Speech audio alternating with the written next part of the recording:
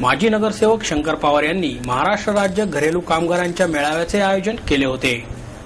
घराचे व्यवस्थापन बघणाऱ्या घरेलू कामगार महत्त्वाच्या आहेत। घराची सपोर्ट सिस्टीम म्हणून काम करणाऱ्या महिला प्रतिष्ठेचे काम करीत असतात। समाजानेही त्यांचा सन्मान केला पाहिजे असे मत संजय काकडे उद्योग समूहाच्या उपाध्यक्षा उषा काकडे यांनी व्यक्त केले। त्या निपसीडच्या उपाध्यक्षाही आहेत। महाराष्ट्र राज्य घरेलू कामगारांचा मेळावा तसेच विमा योजना माहिती व मार्गदर्शन कार्यक्रमामध्ये त्या बोलत होत्या। सिंहगड रोडवरील Kalpana Chawla English medium school येथे माजी नगरसेवक शंकर पवार यांनी कार्यक्रमाचे आयोजन केले होते। यावेळी काँग्रेसचे शहराध्यक्ष अभय छाजेड, कामगार नेते सुनील शिंदे, माजी नगरसेवक शंकर पवार, सचिन आडेकर, पुळेकर, पूजा पवार, माजी नगरसेविका रीना पवार, तुकाराम पवार, पूजा घोडे, मीना दाभोळकर इत्यादी उपस्थित होते।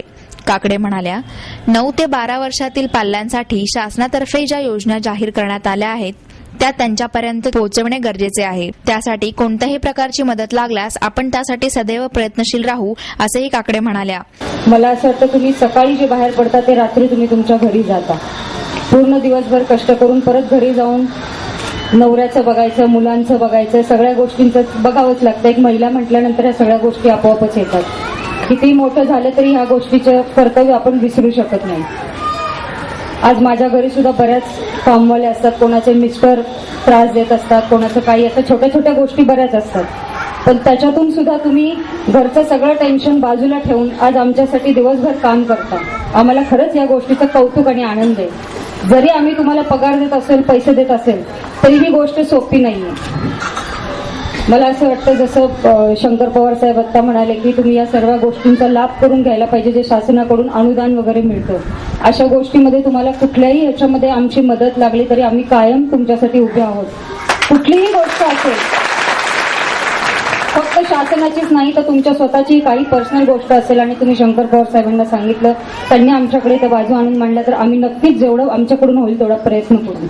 माजी नगरसेवक शंकर पवार म्हणाले, गेली 15 वर्षे सातत्याने मला या बंधू भगिनींची सेवा करायला मिळाली। त्यांच्या अडीअडचणी सोडवण्याचा प्रयत्न आपण याआधी केला होता आणि यापुढेही करत राहू, की जेणेकरून आपण घरात बसून तुम्हाला कुठल्या व्यवस्था होणार नाही, घरात बसून कुठला मार्ग मिळणार नाही, तर त्यासाठी तुम्ही धावलं पाहिजे, प्रयत्न केले पाहिजेत। प्रयत्न नाही झाले तर आपल्या 4 माणसाला विचारायला पाहिजे की आता पेपरला बातम्या येतात की तुम्हाला बँकेचं खातं उघडून देण्यात येत आहे, पण बँकेचं खातं उघडून आलं की तुम्हाला टेन्शन येतं, विचार पडतो की आता हे बँकेचं खातं कसं उघडावं। पण त्या पद्धतीने आता पेपरला सांगितलं की कुठल्याही कागदपत्राची आठ न घालता घराचे जे कागदपत्र असतात त्या कागदपत्रावर बँकेचं खातं तुम्ही उघडून लोकांना द्या। संजय नाना काकडेंनी आम्हाला 4 अधिकारी दिलेत, त्या बँकेचे Maharashtra bank, bank of India, त्यांनी अधिकारी दिलेले, त्या अधिकाऱ्यांकडून आपल्याकडे घरी बसून किंवा माझ्या ऑफिसवर बसून तुमचे ते कागदपत्र तयार करून बँकेची खातं काढून देण्याचे आम्ही प्रयत्नात आहोत आणि ते करून देणार। कामं मी करायची ती मी करतोयच।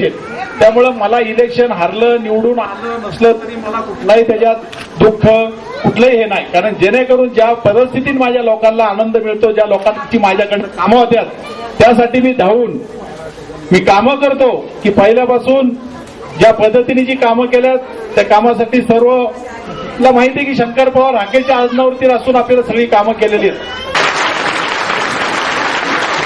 धुणी भांडी करणाऱ्या महिला भगिनी घरेलू कामगार मंडळात नोंद आहे। अशा नोंदणीकृत घरेलू कामगारांसाठी शासनाच्या विविध योजनेतून निधी मिळवणे चालू आहे।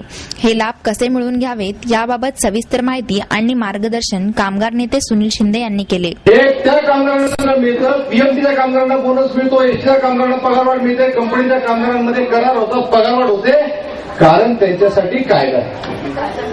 आणि आम्ही मोलकरणी आम्ही काम करतो, आम्ही दुसऱ्यांच्या घरामध्ये जाऊन काम करतो, धुणी भांड्याचं काम करतो, पण आम्हाला पगारवाढी मागायचा अधिकार राहत नाही, आम्हाला बोनस मागायचा अधिकार राहत नाही। मालकीणीच्या मेहरबानी म्हणून त्यांनी काय आपलं दिलं तर दिलं, नाही दिलं तर बसलं का, अशी आमची अवस्था आहे। त्याला कारण असं आमच्यासाठी कायदा नाही, कायदा आपल्यासाठी नाही। आणि म्हणून मी जे काम करतो ते कामगार चळवळीमध्ये काम करतो। गेली 15 वर्ष वेगवेगळ्या कंपनी कारखान्यांच्या कामगारांसाठी एसटी पीएमडीएफ कामगारांची पगारवाढ करण्याचं काम आम्ही करतो। आणि लक्षात असं आलं की या महिलांसाठी त्या ठिकाणी कुठलीही योजना नाही, कायदा नाही आणि तुमच्यासाठी काहीतरी करायला पाहिजे हा विचार आम्ही केला।